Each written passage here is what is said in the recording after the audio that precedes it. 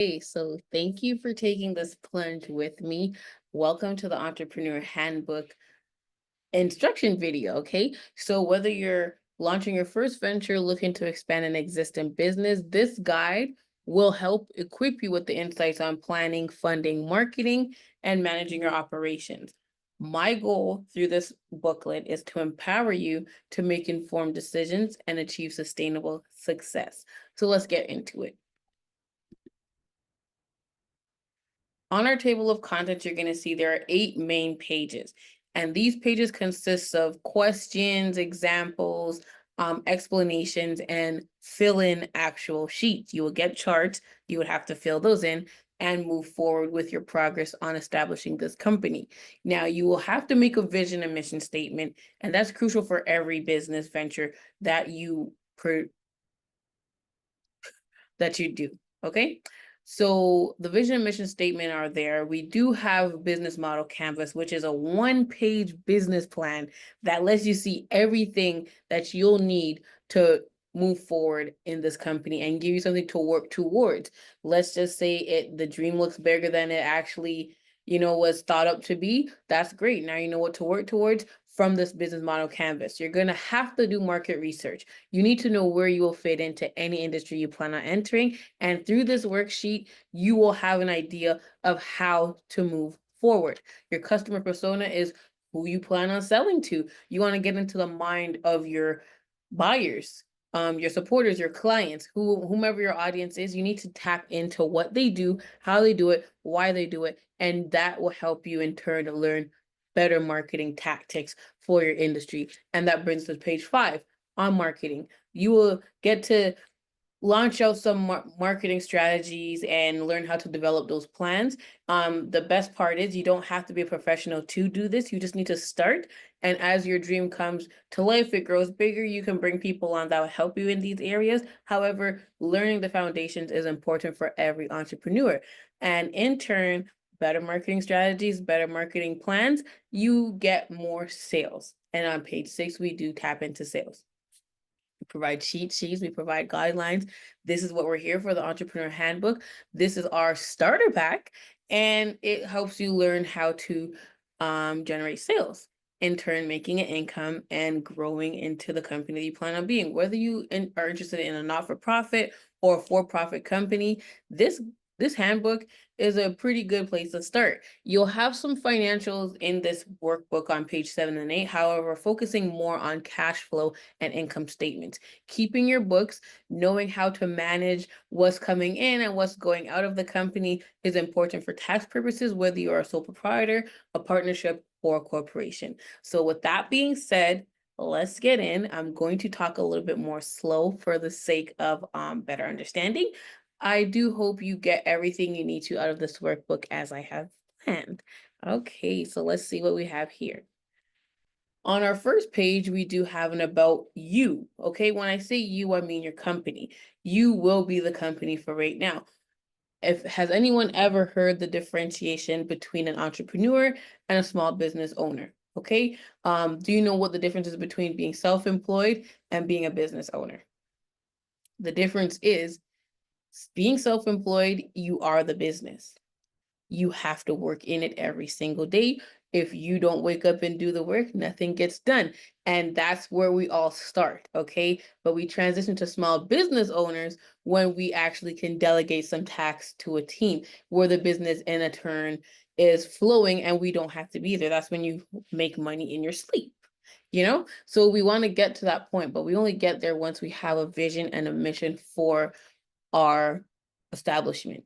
So the vision is when you're creating, your dreams and the hopes that you have for the business. It reminds you of what you're trying to build and why. The why is the underlying crucial point that keeps you moving forward on those days where you feel less motivated to do work today. Okay.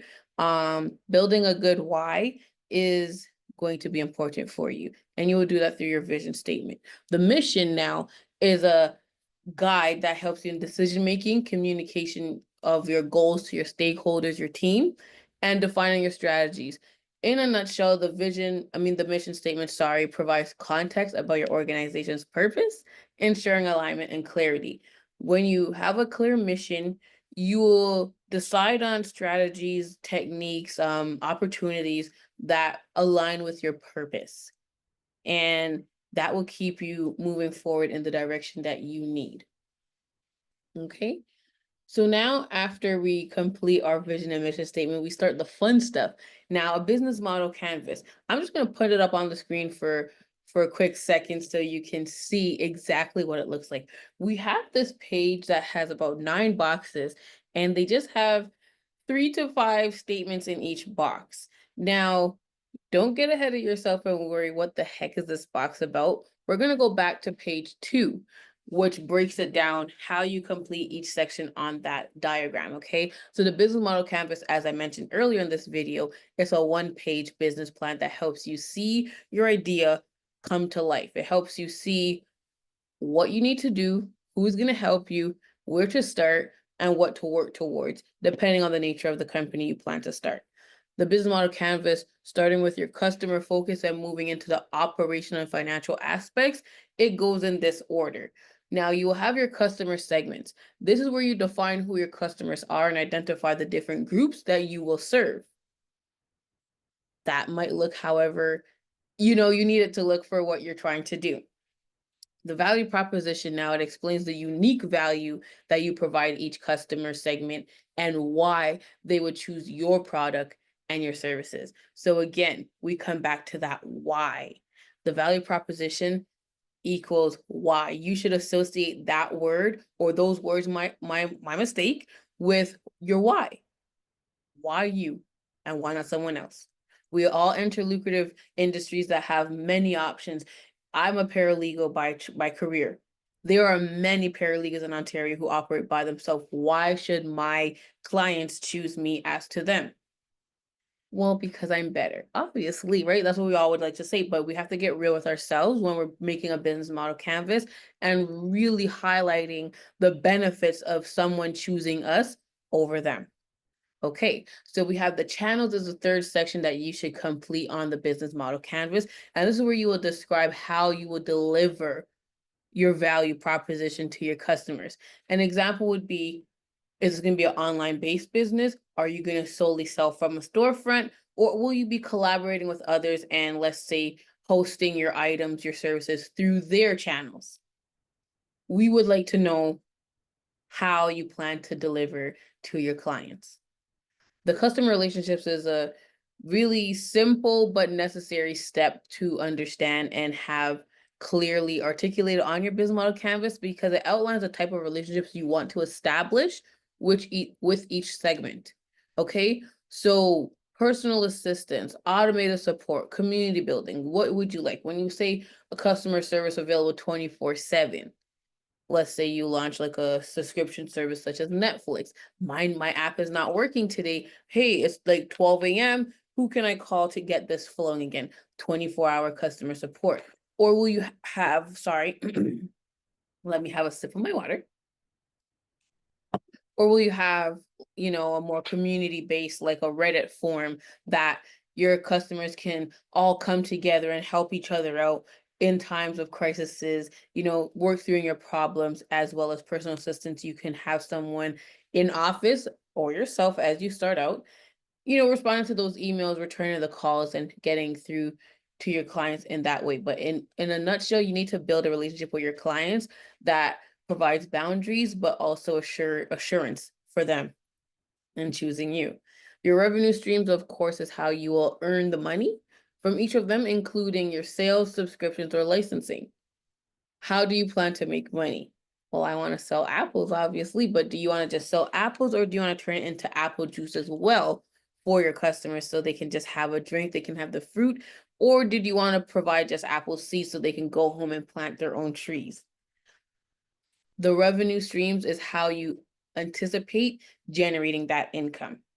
The key activities is a list of the most important activities that you must do to deliver your value proposition, such as your production, your marketing, your service provisions. Now, this is the stuff that you would do on a day-to-day basis until you get to that point where you have that team. And if you have the team, that is great. Now, in your key activities, you get to list out everything that you would need to do on a day-to-day basis to keep your company moving forward? Do we have to make cold calls? Do we have to send out emails? Should we be in the streets putting up flyers? Am I going to join more groups on Facebook and just make it my mission to post in these Facebook groups regularly so I'm known? This is what you have to decide as the business owner, okay? We could work through this together or we could do it independently, but just remember the activities that you do every day is what, gives you that bread and butter, okay? So your key resources describe the assets that you need, such as human, financial, physical, intellectual resources. What are your key assets that keep your company flowing? What do you need? And then we have our key partners, these are the people who will, determine your internal process, like your suppliers, other partners essential to your business model, and companies. You can have, let's say you do a lot of printing. Are you a printing company? Then you need paper. Would Staples look like a partner source for you? I'm not sure. It would depend if you find someone bigger, such as Grandin Toy, who they also provide, supplies at a wholesale rate for businesses. And the cost structure finally is where you identify the most significant costs in your business based on the key resources, activities and partnerships you've identified. How much is it going to cost you to have that production, marketing, or service provision team? How much would it cost you to, keep those assets, including your human, financial, physical, and intellectual resources? And lastly, are the suppliers in a barter agreement with you, or is this a paid partnership? The business model canvas is a really good tool for entrepreneurs as we get to go through all of those sections on one document. So it helps us see what we're doing. Now, I cannot turn my head right now with this. So I'm just going to go ahead and turn this page so you can see it better. All right. So if you give me a few, I will get that up there for you and we can just rotate it and have a look. This is a very simplified way to understand the business model canvas. The red writing are the simple wordings that will help you through each section. Key partners, who helps you. Key activities, what you do. Key resources, who you are and what you have. Value provided, how do you help? Customer relationships, how you interact. Customers, who you help. Channels, how they know you and how you will deliver. The cost, what you give. Revenue, what you get. These are really simple ways to understand the business model canvas. And I hope as you guys work through this workbook, you don't overwhelm yourself with the technical terms. I did try to keep it very simple for us, whether we have high intellect or not. I just like to provide simple to the point language when we're doing a workbook such as this. Now, this is the page you actually fill in. So you can have all the fun you would like, print it out, work on it on your screen. I could just show you right now. Once we get into the PDF version, which is what you receive, we can actually, start typing on here. FedEx might help me. UPS might help me deliver when I provide these wonderful Bible verse cups. We ship them out through FedEx, Canada Post, UPS, etc. So these are just examples of how you would have that done. Let me get this off the screen so we can get back to business and have more fun in that capacity. So with the business model canvas, again, take your time, enjoy what you're doing, really think about what you want to do and who you want to help. And don't ever forget your why, because that is what's going to keep you moving forward. As we move on from page 6, we're stepping into the market research. Now, SWOT. A SWOT analysis is a strategic planning tool that helps individuals or organizations identify their strengths, weaknesses, opportunities, and the threats.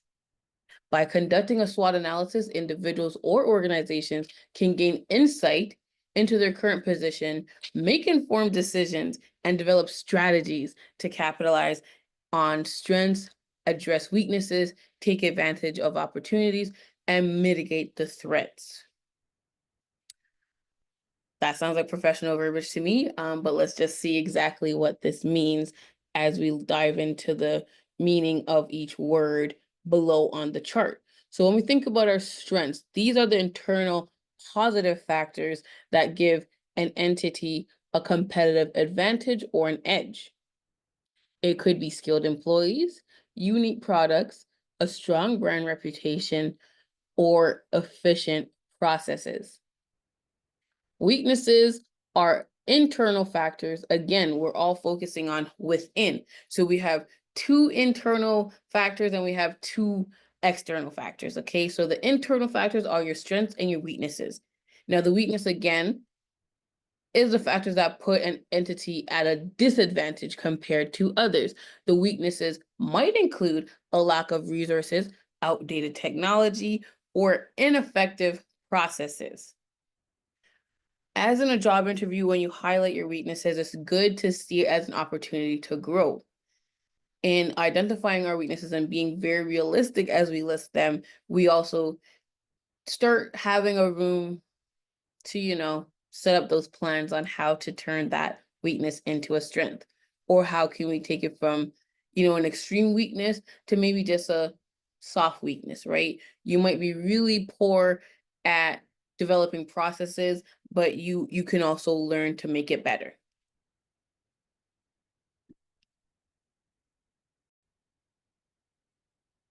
Okay, so after we, discover our weaknesses and learn what we should work towards, we want to look at the opportunities. Now, these are external factors or situations that can be leveraged to the advantage of your business, your entity, right? An opportunity can arise from a market trend, technological advancements, or a change in the business environment. Where would these opportunities present themselves for your benefit, right? Let's just have a look at that. And we do that by researching other companies that do what we do, other individuals, whether they're self-employed. If you're self-employed, you look at self-employed individuals. If your plan is to grow into a more broad industry, just look at what's happening. And it doesn't hurt you to just take a look at what someone else is doing and see how you can implement that while maintaining your individuality, okay? Threats, again, are external factors, and that could potentially harm your entity. Now, the threats might come from competitors, economic downturns, legal issues, or other challenges in external environments. As you do your research, you will get an opportunity to fill out a chart that looks such like this, where we just, again, we list out our strengths. We know ourselves and our resources and our assets better than anyone else. So we start with what we know. What can you do? What are you good at?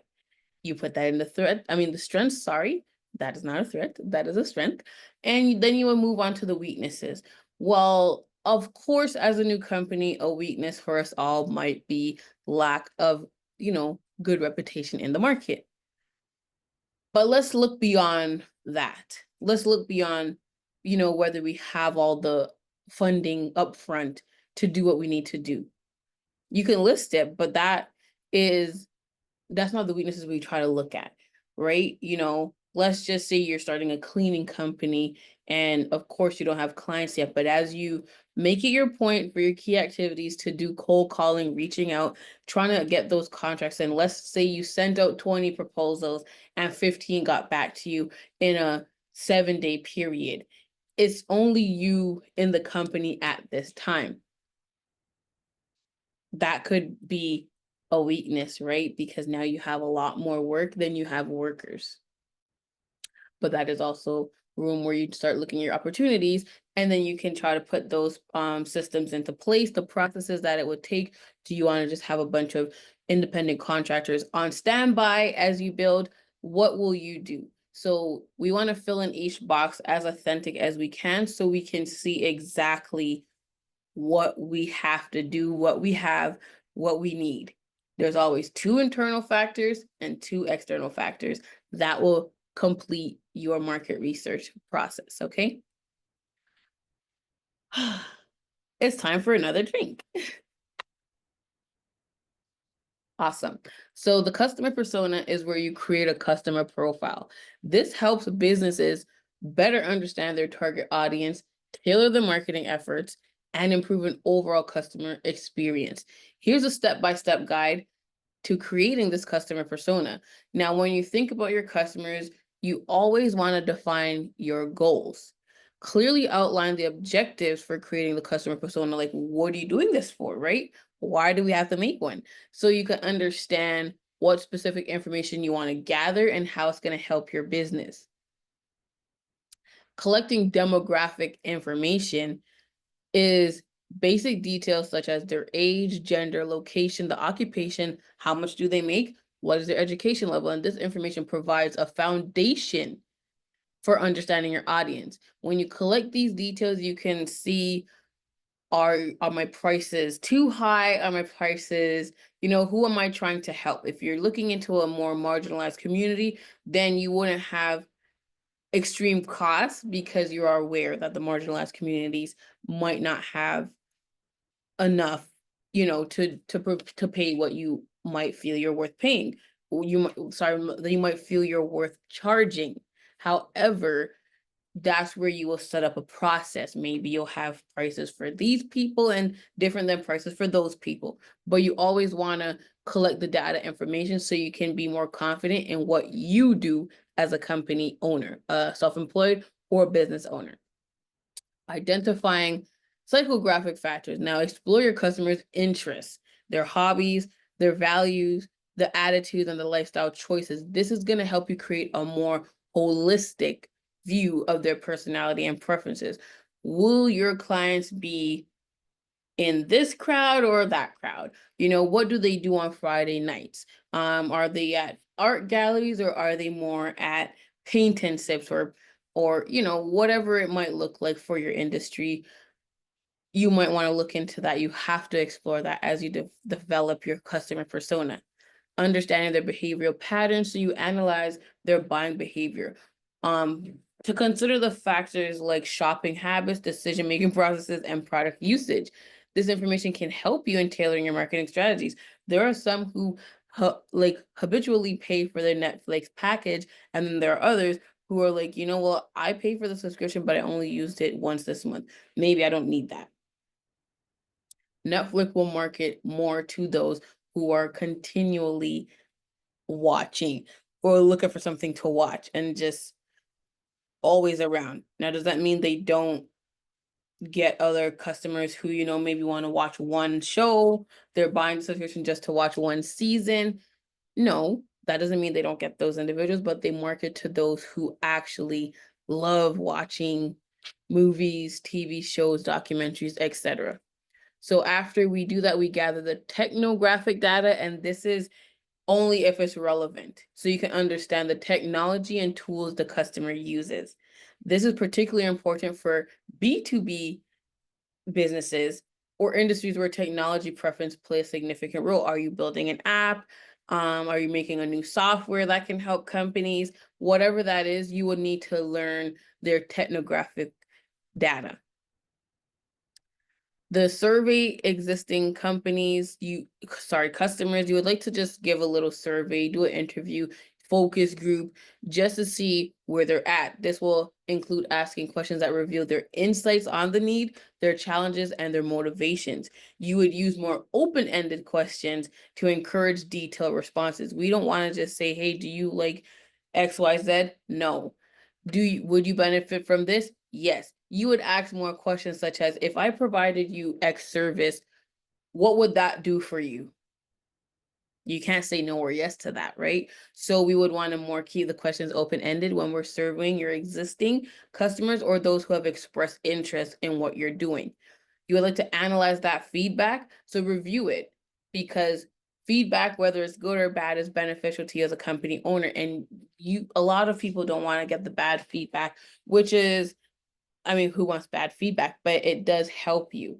Good feedback is great. It looks good on the websites. It looks good on your Google reviews, but the bad feedback help you grow as an individual and as a company. And again, as in every feedback, every opinion from someone else, you would need to learn how to take from the feedback what you need and don't hold on to it.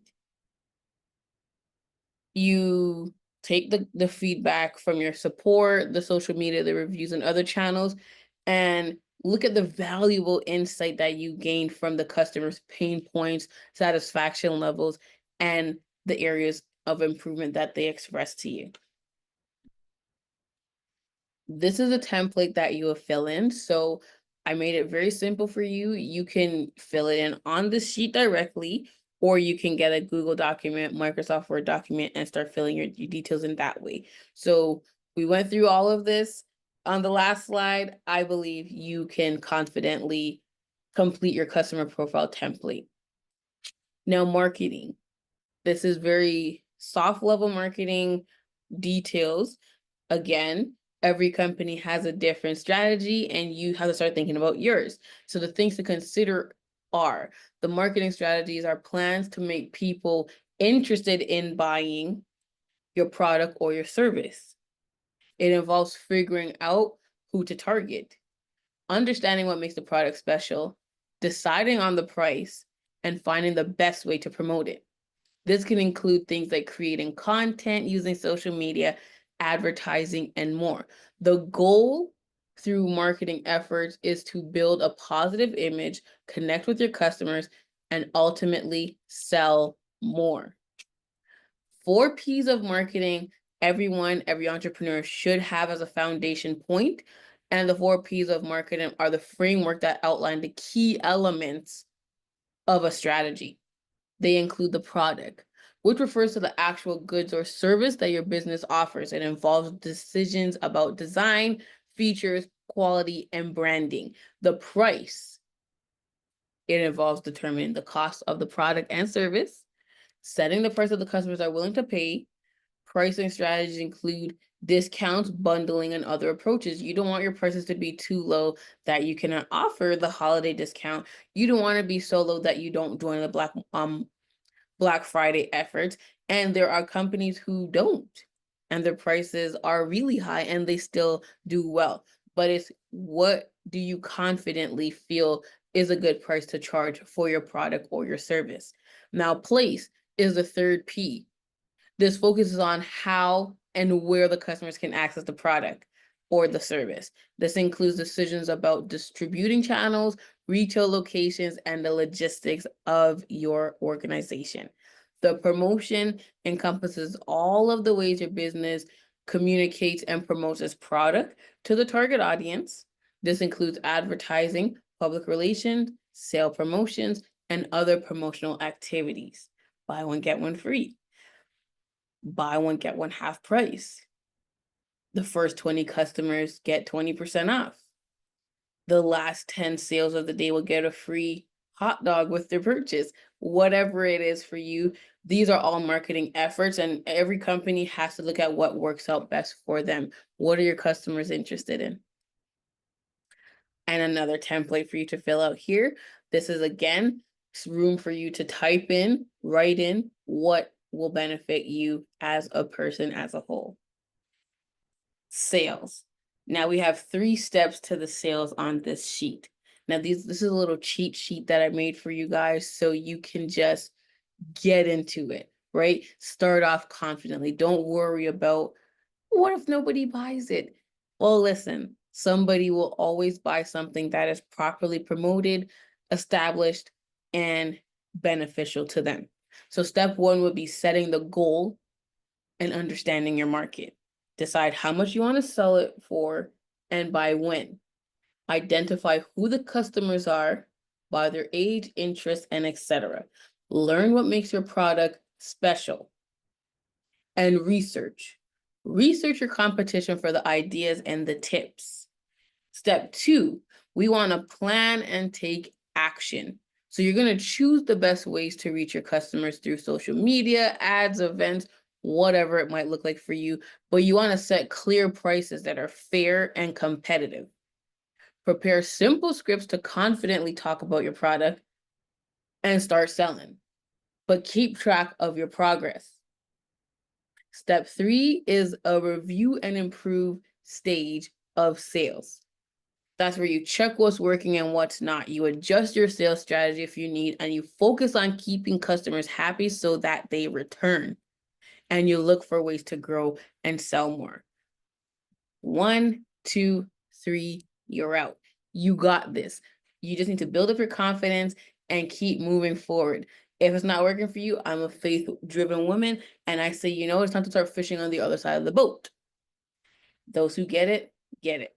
Okay? So as we move forward, we do have templates for your sales efforts. And this is just a goal setting section for sales. Okay? So what is your target for the next 3 months? An example would be I want to make 5,000 in the next 3 months. That's good. Now you have a goal and you have the time frame that you want to set meet it by. And now you need to think about what you're selling. And that is the first step, okay? The next step is, who are your customers? Who are you going to make this money through? And what problem does it solve?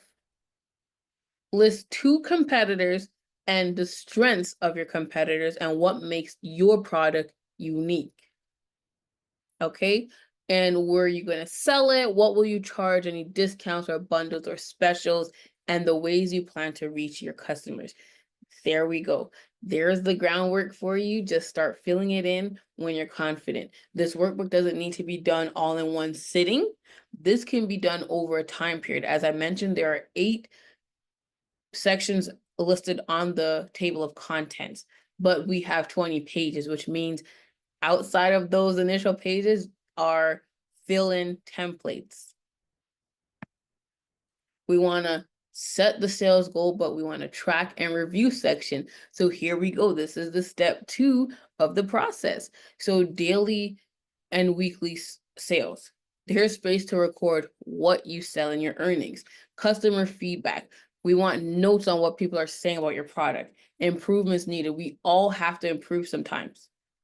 So the idea is to just adjust and improve your plan and the progress to goal.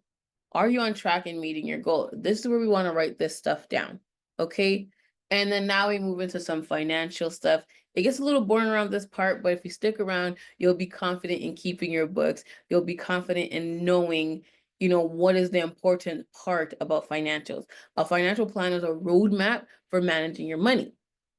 It involves setting goals, creating budgets, saving for emergencies, investing wisely, managing your debt, getting the right insurance, planning for retirement, optimizing taxes, and preparing for the transfer of assets. Regular review and adjustments are crucial as circumstances often change. The goal is to make an informed financial decision, achieve your objective, and ensure long-term stability. Now, financial goals. Clearly defining your short-term and long-term financial objectives, such as buying a home, saving for education, retirement planning, or debt reduction. What is the purpose? Like, what is your financial goal in this company or the self-employment journey? What is it? To get to that point, you have to become a better budgeter, right? Creating a detailed budget that outlines your income, expenses, and savings. This helps in understanding where the money is coming from, where is it going, and how it can be allocated more effectively. An emergency fund is setting aside funds for unexpected expenses or emergencies to provide a financial safety net. How many of us were ready for COVID? Emergency fund, okay? So tax planning, identifying your opportunities to optimize your tax efficiently and reduce tax liabilities through strategies, like tax deductions, credits, and efficient investment choices. We can get an accountant for that. However, we also want to have a plan before we get the accountant. A financial advisor, you can speak with somebody, a professional that is very knowledgeable in this area, okay? And of course, insurance coverage, assessing the need for various types of insurance, such as life insurance, health insurance, property insurance, disability insurance to mitigate your financial risk. Do you have a team? Of course, we all like benefits. How do we get to that point where we can offer our team benefits? We have to make better sales, taking us back to setting those goals with intention, okay? Now, here are, again, I love templates. I love giving you some place to focus on. This is how you manage your monthly cash flow. So your first month of self-employment, you want to really track your expenses. And the startup cost will be the larger area where the finances go in the beginning, but don't worry about that, because if we are setting effective sales goals, we can recover our startup costs in no time. It could look like 1 month, 2 months, 3 months, 6 months, or 2 years. No one that starts a business today is actually generating real income until about the 2nd to 3rd year. The good part is you started today, so those years come sooner. Okay, so we want to track your business revenue, your other income, and the total income that you've had for the month. Your expenses such as rent, utilities, transportation, groceries, insurance, and other expenses, you would like to total that on the second part. The quarterly income statement. How much sales did you generate? And quarterly is every 4 months. Okay, we have January 15th, April 15th, July 15th, and I believe around October to November, like the ending of the year. So, I mean, take out your calendars and fact check that. But quarterly income statements is where we check your revenue, so the sales or your services and the other income you've made. Total that on the final line. The expenses, how much did you pay towards your business in the last quarter? Utilities, salaries, supplies, marketing, and other expenses. We want to track that as well. So your journey begins here. Congratulations on taking the time to invest in yourself and your business through this guide. Remember, every great business starts with a simple idea, but success comes from action, persistence, and learning along the way. As you move forward, keep this handbook as a resource to revisit and refine your strategies. Surround yourself with supportive mentors, peers, and tools to keep growing. Challenges will arise, but with determination and the right resources, there is no limit to what you can achieve. So cheers. Cheers to your success and an incredible journey that you have ahead. Now go and make it happen. You can contact me for a discovery call, free 20 minutes I offer to everyone. From my booking website, visit us at www.bookkbs.ca. You can email me at condobusinessservices@gmail.com or give me a call, text me, or WhatsApp to the number below. Thank you for watching, and I hope you have fun with your workbook.